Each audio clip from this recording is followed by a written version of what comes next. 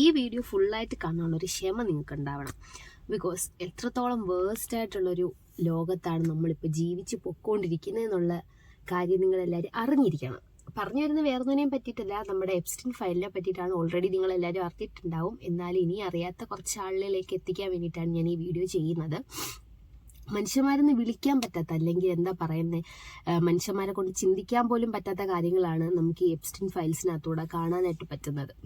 അപ്പം പ്രായപൂർത്തിയാകാത്ത കുഞ്ഞു കുട്ടികളെ പോലും സെക്ഷുവലി അബ്യൂസ് ചെയ്യുകയും ഫിസിക്കലി ടോർച്ചർ ചെയ്ത് അതിനകത്ത് നിന്നും പ്ലഷർ കണ്ടെത്തുന്ന, ഹാപ്പിനെസ് കണ്ടെത്തുന്ന കുറച്ച് ആൾക്കാരെയാണ് നമുക്ക് ഇതിനകത്ത് കാണാൻ പറ്റുന്നത്. അപ്പം ആരാണ് ഈ എപ്സ്റ്റീൻ അഥവാ ജെഫ്രി എപ്സ്റ്റീൻ? ആരാണ്? എങ്ങനെയാണ് അയാൾ ഈ ഒരു മൾട്ടി മില്യണയർ പൊസിഷനിലേക്ക് എത്തിയത്? സാധാരണ ഒരു മിഡിൽ ക്ലാസ് ഫാമിലിയിൽ ജനിച്ചു വളർന്ന് അധ്യാപകനായിട്ടാണ് അയാൾ കരിയർ സ്റ്റാർട്ട് ചെയ്തത്. ആഫ്റ്റർ ദാറ്റ് ബാങ്കിങ് സെക്ടറിലേക്ക് ജോലിക്ക് പോവുകയും പിന്നെ ഫിനാൻഷ്യൽ അഡ്വൈസറായിട്ട് മാറുകയാണ് ചെയ്തത്. എന്ന് പറയുമ്പോഴത്തേക്ക് നമ്മുടെ ഈ ഹൈ നെറ്റ്വർക്കിംഗ് ഇൻഡിവിജ്വൽസ് ഉണ്ടല്ലോ, അവരുടെ എല്ലാം ഫിനാൻഷ്യൽ കാര്യങ്ങൾ പ്രോപ്പറായിട്ട് ഹാൻഡിൽ ചെയ്ത് കൊടുക്കുക, അവർക്ക് വരുന്ന സെറ്റിൽമെന്റ്സ്, അത് ഇല്ലീഗലായാലും ലീഗലായാലും അങ്ങനത്തുള്ള സെറ്റിൽമെന്റ്സ് ഇയാൾ ഡീൽ ചെയ്ത് കൊടുക്കുന്നതായിരുന്നു ഇവരെ കമ്പനി. അങ്ങനെയാണ് ഇയാൾ സ്റ്റാർട്ട് ചെയ്യുന്നത് പിന്നീടുള്ള അയാളുടെ കരിയർ. അപ്പം അയാൾക്ക് ഈ മൾട്ടി മില്യണേഴ്സുമായിട്ടൊക്കെ നല്ലൊരു ടൈപ്പ് അല്ലെങ്കിൽ ഒരു കണക്ഷൻ അയാൾ അതുവഴി ബിൽഡ് ചെയ്തെടുക്കുകയാണ്. പക്ഷേ മില്യണറിലേക്ക് എത്തുന്നത് ഈ വഴിയൊന്നുമല്ല, സെക്ഷൽ ട്രാഫിക്കിങ്ങിലൂടെയാണ് അയാൾ മില്യണറിലേക്ക് ഉള്ള യാത്ര തുടരുന്നത്. പാവപ്പെട്ട പെൺകുട്ടികളെ ജോബ് ഓഫർ ചെയ്തിട്ട് ഇവർ റിക്രൂട്ട് ചെയ്യുന്നത് നല്ല സാലറിയിലുള്ള പാക്കേജും അങ്ങനെയൊക്കെ പറഞ്ഞിട്ട് ഇവർ റിക്രൂട്ട് ചെയ്ത് നേരെ കൊണ്ടുപോകുന്നത് ഒരു പ്രൈവറ്റ് ഐലൻഡിലാണ്. അതാണ് എപ്സ്റ്റീൻ ഐലൻഡ് അഥവാ ലിറ്റിൽ സെയിന്റ് ജെയിംസ് ഐലൻഡിലോട്ടാണ് കൊണ്ടുപോകുന്നത്. അതിന് പിന്നീട് എപ്സ്റ്റീൻ ഐലൻഡ് എന്നാണ് അറിയപ്പെടുന്നത്. Because it's A private island, ഇയാളുടെ അധീനതയിലുള്ള ഒരു ഐലൻഡാണ് അത്.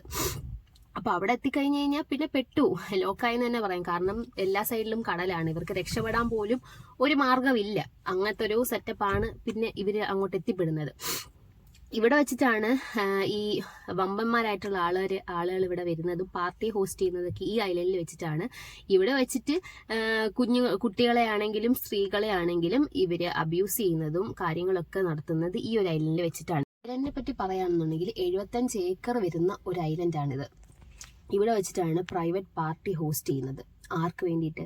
The most powerful people in the world. അതായത് അതിനകത്ത് പൊളിറ്റീഷ്യൻസ് ഉണ്ട്, സെലിബ്രിറ്റീസ് ഉണ്ട്, എന്ന് വേണ്ട സയന്റിസ്റ്റുകളുണ്ട്. എല്ലാ മേഖലകളിൽ നിന്നുള്ള ആളുകളും ഈ ഒരു പാർട്ടിയിൽ ഇൻക്ലൂഡഡ് ആണ്. ഇതിനോടകം തന്നെ നിങ്ങൾ പലരെയും പേര് കേട്ടിട്ടുണ്ടാവും. ഞാൻ അവരെ വീണ്ടും ഇതിനകത്തോട്ട് മെൻഷൻ ചെയ്യുന്നില്ല. ഇവർക്ക് ഇരയാകുന്നത് സ്ത്രീകൾ മാത്രമല്ല.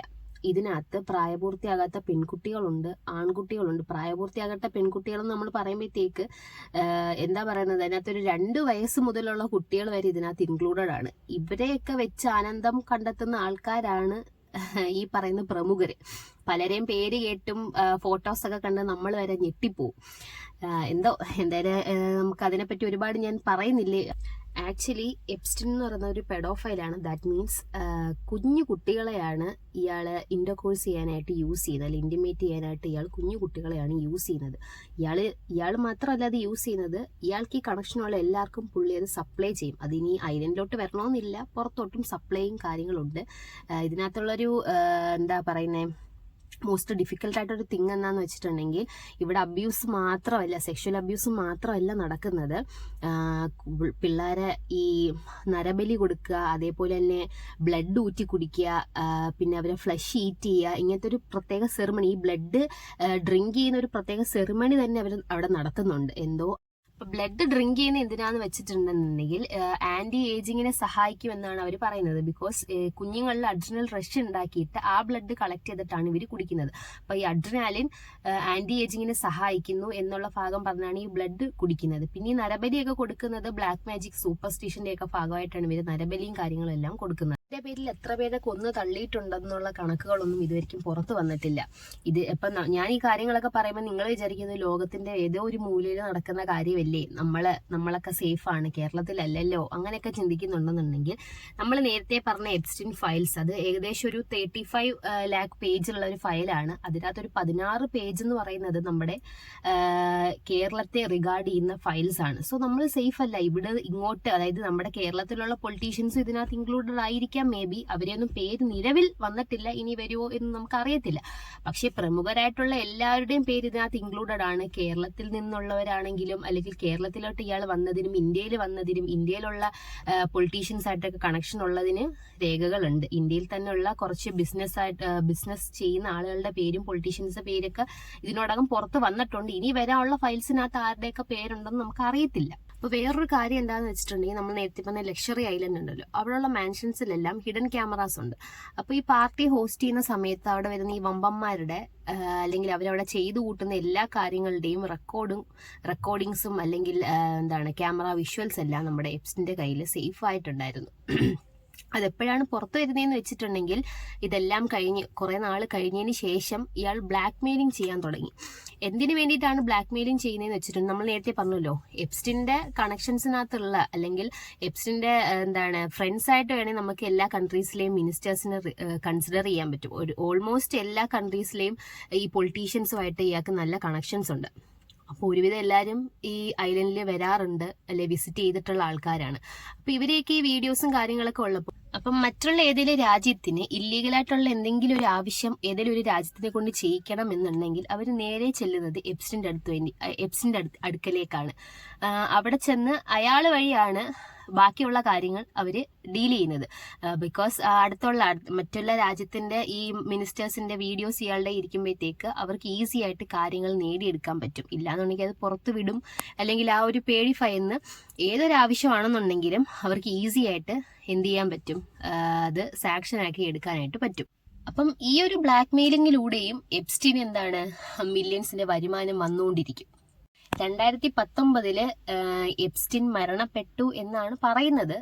പക്ഷേ നമ്മളപ്പോൾ വിചാരിക്കും അത് കഴിഞ്ഞല്ലോ, ആ ഒരു അധ്യായം കഴിഞ്ഞല്ലോ എന്ന് വിചാരിക്കുമ്പോൾ, പക്ഷേ നമ്മൾ മനസ്സിലാക്കേണ്ട മറ്റൊരു കാര്യം എന്താണെന്ന് വെച്ചിട്ടുണ്ടെങ്കിൽ, എപ്സ്റ്റീനെ പോലുള്ള ഒരുപാട് ആളുകൾ ഇപ്പോഴും നമ്മുടെ ലോകത്തുണ്ട്. ഇതേപോലുള്ള ഒരുപാട് ഐലൻഡ്സും ഇപ്പോഴും എക്സിസ്റ്റിംഗ് ആണ്. സോ എപ്സ്റ്റീൻ ആൻഡ് ആ ഒരു എപ്സ്റ്റീൻ ഐലൻഡും is just a part of something എന്ന് മാത്രമേ നമുക്ക് പറയാൻ പറ്റത്തുള്ളൂ. കംപ്ലീറ്റ്ലി എല്ലാം കഴിഞ്ഞിട്ടില്ല. So this is not the end of anything, it's just a beginning എന്ന് മാത്രമേ എനിക്ക് പറയാൻ പറ്റത്തുള്ളൂ. കാരണം സ്റ്റിൽ ഇപ്പോഴും നമ്മുടെ ലോകത്ത് പലയിടങ്ങളിലും നമ്മൾ ഈ നേരത്തെ പറഞ്ഞിട്ടുള്ള എല്ലാ കാര്യങ്ങളും നടന്നുകൊണ്ട് തന്നെ ഇരിക്കുകയാണ്. ഒന്നിനും ഒരു എൻഡ് ആയിട്ടില്ല. ഇപ്പോഴും എല്ലാം നടന്നുകൊണ്ടിരിക്കുന്ന ഒരു സംഭവമാണ്. എപ്സ്റ്റീന്റെ കേസിൽ മാത്രമേ നമുക്കൊരു ഫുൾ സ്റ്റോപ്പ് ഇടാൻ പറ്റിയിട്ടുള്ളൂ. പിന്നെ ഏറ്റവും വലിയൊരു കാര്യം എന്താണെന്ന് വെച്ചിട്ടുണ്ടെങ്കിൽ, the entire world is controlled by someone or some peoples എന്നേ നമുക്ക് പറയാൻ പറ്റും. കാരണം നമ്മളിപ്പോൾ ചെയ്തുകൊണ്ടിരിക്കുന്ന കാര്യങ്ങളാണെങ്കിലും ലോകത്ത് നടന്നുകൊണ്ടിരിക്കുന്ന കാര്യങ്ങൾ എന്താണെങ്കിലും എല്ലാം കുറച്ച് ആളുകളുടെ കയ്യിൽ കൺട്രോളിലാണ്, അല്ലെങ്കിൽ കുറച്ച് ആളുകൾ കൺട്രോൾ ചെയ്തുകൊണ്ടിരിക്കുകയാണ്.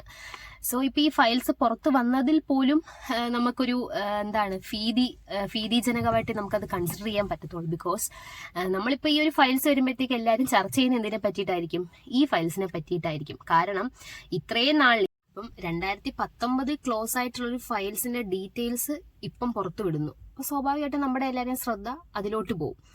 അപ്പം പ്രമുഖരായിട്ടുള്ള ആളുകൾ പറയുന്നത് എന്താണെന്ന് വെച്ചിട്ട്, ഇതിന്റെ മറവിൽ അല്ലെങ്കിൽ എന്തൊക്കെയോ പ്ലാനിങ് നടക്കുന്നുണ്ട്, അല്ലെങ്കിൽ മറ്റെന്തൊക്കെയോ വരാൻ പോകുന്നുണ്ട്, അതിന്റെ മുന്നോടിയായിട്ടാണ് ഇപ്പോൾ എല്ലാവരെയും ശ്രദ്ധ തിരിക്കാൻ വേണ്ടിയിട്ട് ഈ ഫയൽസ് റിലീസ് ചെയ്തിട്ടുള്ളതെന്നും കുറച്ച് ആളുകൾ പറയുന്നുണ്ട്. എനിവേ അതിന്റെ ഒരു സത്യാവസ്ഥ നമുക്കറിയത്തില്ല. പക്ഷേ ഞാൻ നേരത്തെ പറഞ്ഞതുപോലെ എല്ലാം കൺട്രോൾ ചെയ്യുന്നത് അല്ലെങ്കിൽ കൺട്രോൾ ചെയ്യപ്പെടാൻ പ്രാപ്തിയായിട്ടുള്ള കുറച്ച് ആളുകളുണ്ട്. അവരെ കൺട്രോളിൽ തന്നെയാണ് ഇപ്പോൾ പോകുന്നത് എല്ലാ കാര്യങ്ങളും.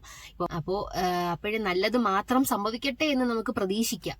അപ്പോൾ ആ ഒരു ഹോപ്പോടുകൂടി ഞാൻ എൻ്റെ ഈ വീഡിയോ നിർത്തുകയാണ്. സോ അടുത്ത വീഡിയോയിൽ നമുക്ക് കാണാം. അടുത്ത വീഡിയോ കാണുന്നവരെയും ബൈ. അപ്പം സബ്സ്ക്രൈബ് ചെയ്യാത്ത ആരെങ്കിലും ഉണ്ടെങ്കിൽ നമ്മുടെ ചാനൽ സബ്സ്ക്രൈബ് ചെയ്യുക. ഇതേപോലുള്ള ഇൻഫോർമേറ്റീവ് ആയിട്ടുള്ള വീഡിയോസ് ഇനിയും നമ്മൾ അപ്ലോഡ് ചെയ്യുന്നതായിരിക്കും. അപ്പം do support and subscribe, like, share.